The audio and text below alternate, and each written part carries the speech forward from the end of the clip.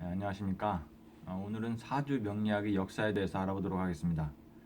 사주학이란 사람이 태어난 연월일시 천간과 지지 8글자에 나타난 음양오양의 배합을 응용해서 개인의 운명을 예측하는 학문 분야를 통틀어 말합니다. 고대 중국에서는 주역에 의한 음양설이 먼저 존재했고 춘추 전국시대에 이르러 메소포타미아 문명의 영향으로 태양계의 영향을 받는 오행성으로 운명을 예측하는 오행설이 전파되기 시작했는데, 현재 우리나라가 사용하고 있는 연월일시 간지를 가지고 시간을 기록한 것은 서기 126년 동안의 순제 이후로 알려져 있습니다. 첫 번째로 당나라 시대의 이허중을 들 수 있겠습니다. 사주학의 시초는 당대의 이허중 선생님이 생년 일시의 생극재화에 의한 이치로 통변을 하여 명리학의 기초를 다졌던 당사주였습니다. 두 번째로 오나라 시대 서자평 선생님이 계십니다. 서자평 선생님은 지금으로부터 약 1000년 전인 5대의 서자평 선생이 시조라고 할 수 있겠습니다. 서자평 선생은 연주의 나붐을 위주로 운명을 판단하던 사주학을 바꾸어 일간을 중심으로 하여 다른 글자들과의 관계를 해석하여야 한다는 현재의 명리학 이론을 창안했습니다. 세 번째로 송대 서대승과 소강절을 들 수가 있습니다. 서기 960년부터 1279년경입니다. 송대의 서대승 선생은 서자평 선생이 일간을 중심으로 한 이론을 완성시킨 것은 물론 연애자평이라는 명작의 뿌리가 된 연애라는 책을 저술하였습니다. 연애자평은 당시에 여러 가지로 나뉘어져 있던 명리학과 관련된 이론을 집대성에 놓았는데, 격국론과 시결론 그리고 신살론 등이 방대하게 수록되어 있었습니다. 네 번째로 명대 유백운, 장남 육만호 선생님이 계십니다. 명대에 와서는 많은 학자들이 명리학의 뿌리를 튼튼하게 내리도록 하였는데, 그 중에는 유백원 선생은 명리학이 보설할 수 있는 적천수를 저술하였고, 장남 선생님은 명리 정종을 저술하여 서대승 선생이 지은 연애자평의 부족한 부분을 보충하였습니다. 육만호 선생님은 명리학 서적에서 가장 많은 분량의 저서인 삼명통해를 남기셨습니다.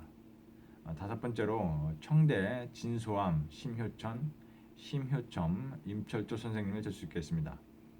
그 어느 때보다 자평 명리학이 완전한 기틀을 형성하고 꽃을 피우는 시기는 청대라 하겠습니다. 진소암 선생은 적천수 원본을 주해한 적천수 지묘라는 책을 저술함은 물론 명리야건이라는 요전정리 같은 조그만 책자를 남겼고 정승벼슬까지 지낸 인품의 소유자였습니다. 심효점 선생은 자평명리서의 3대 보서 중의 하나인 자평진전을 남겼고, 임철조 선생은 난해한 적천수에 주석을 달아 적천수 천미를 저술하였습니다. 근대에 의해서는 선하구, 원수산, 위천리, 오준민, 화재관주, 학원충 선생님 등을 들 수 있는데요. 이렇게 발전한 자평명리학은 근대에도 역시 많은 학자들이 나와 더욱더 발전하여 열매를 수확한 시대라고 할 수 있겠습니다.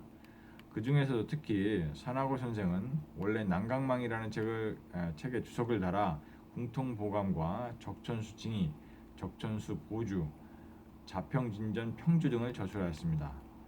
원수산 선생의 명리탐원이나 명보는 많은 이론과 실존 인물이 사주를 집대성해 놓은 좋은 참고서가 되고, 위천리 선생의 명리학 강의와 팔자제요, 오준민 선생의 명리신론, 화재관주의 명학신의 등에서는 특히 서양의 심리학자 융의 이론을 대입하였습니다. 학원춘 선생의 팔자심리학 등은 빼놓을 수 없는 훌륭한 책들입니다. 우리나라에서는 박재환, 박재현, 이석영 선생을 들 수 있는데요.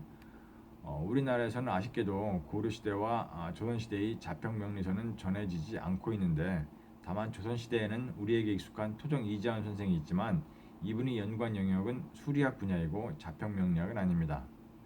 근대에는 전설이 된 3대 역술인이라고 칭송받는 세 분이 계시는데요. 대전에서 활동한 독의 박재환 선생님은 용신을 주로 연구하여 명리요강이나 명리사전을 저술하였고, 김재규, 신군부의 운명을 마친 일화로 유명합니다.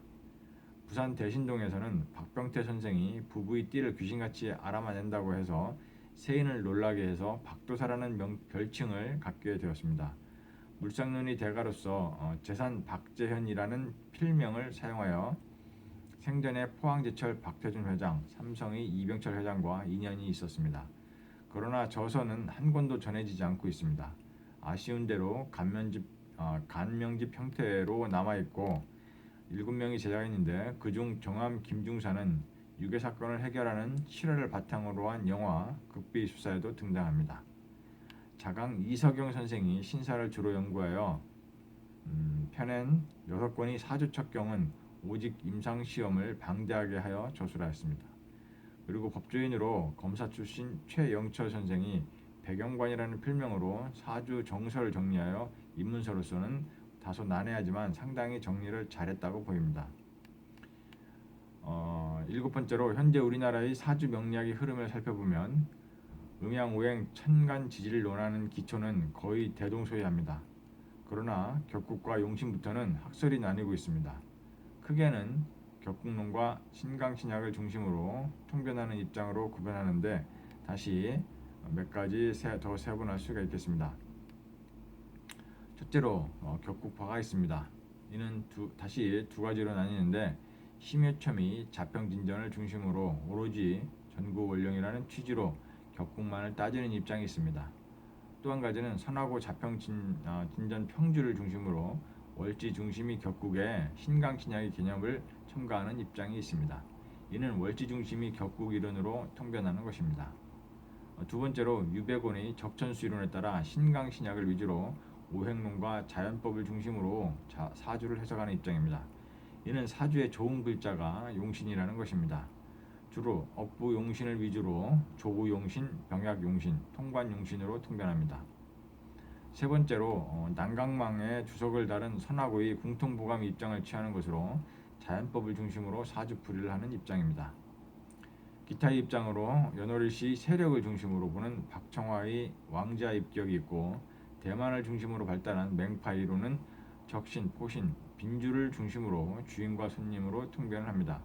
그 외에 우리나라에서 자생한 해동명리, 한국명리 등이 있습니다. 우리나라 명리학은 산하고 격국론을 따르는 사람이 60% 정도 되고 적천수의 신강신약을 따르는 사람이 30% 정도 됩니다. 심여첨이 자평진전을 따르는 사람은 5% 정도 되고 있다고 파악되고 있습니다. 용신은 정하는 것이 아니라 찾는 것이라고 했습니다. 월지 중심으로 찾는 것입니다. 모든 학설이 제대로만 하면 서로 통하는 면이 있어 결론은 같은 곳에 이를 수가 있습니다. 접근하는 방법의 차이라고 생각합니다. 이상으로 오늘의 강의를 마치겠습니다. 다음 시간에는 동양학의 기본인 음양호행에 대해서 알아보고 음양의 생선 및 운동성에 대해서 살펴보도록 하겠습니다. 이상 마치겠습니다. 감사합니다.